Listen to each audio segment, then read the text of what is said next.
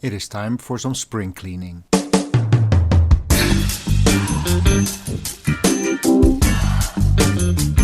Okay, so every year or every other year I do a complete cleaning of my system, meaning I'm going to take everything that you see here in frame off of its place.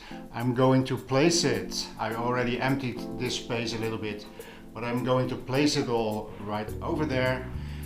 So I can clean the floors, then I can clean every piece of equipment before putting it back.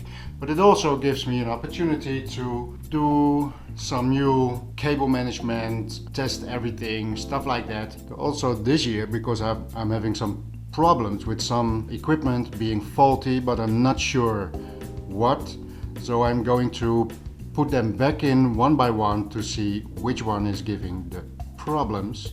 I'm also this year going to use this time when this space will be empty to make a lot of videos about the individual equipment that I have been wanting to do for a very long time now.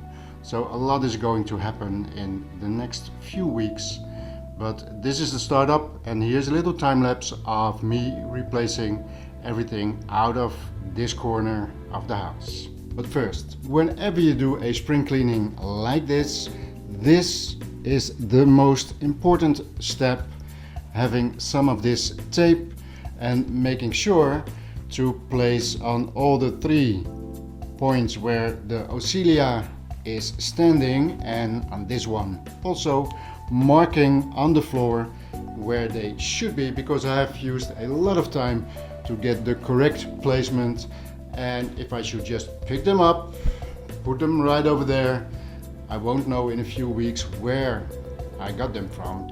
So that's why the tape. I made this mistake once and I'm not going to make it again, so here's a free tip.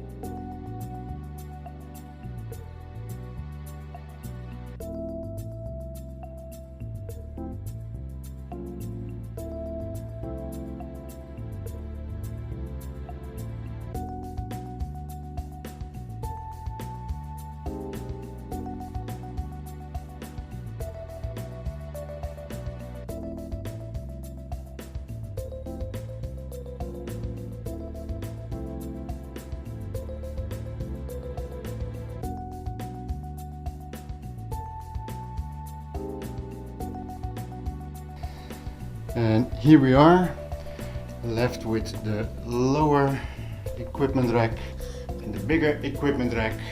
This thing is so heavy, so I'm going to make sure that no cables are attached to it still, and then I'm going to take it off and slide it somewhere around here, because this rack without anything in it like it is now, or let me be specific, these 2 planks also come with it to even further isolate the equipment on top of it. All in total about 110 kilos. So this is something that requires some elbow grease.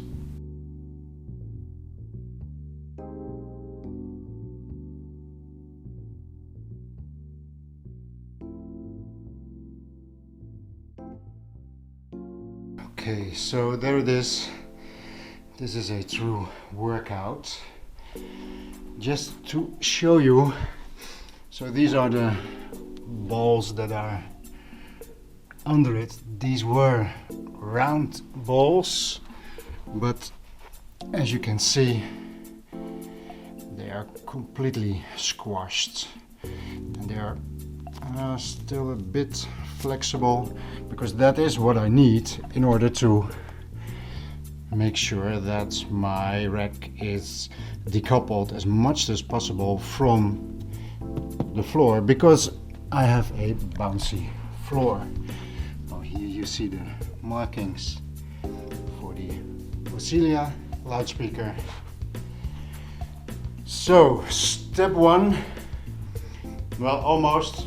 There's a little bit of cabling over here that I still need to remove, and then I can go and clean this space and start putting things back slowly but surely. And over here you can see this is where everything is. My quads, a lot of my cables, my Audiophile, placed everything neatly together.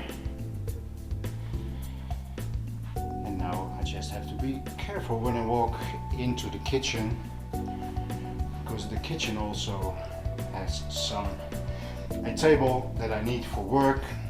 So it's pretty crowded in the house at this moment, but this is the part, especially the big rack, was the part that I dreaded the most. So on to the next step.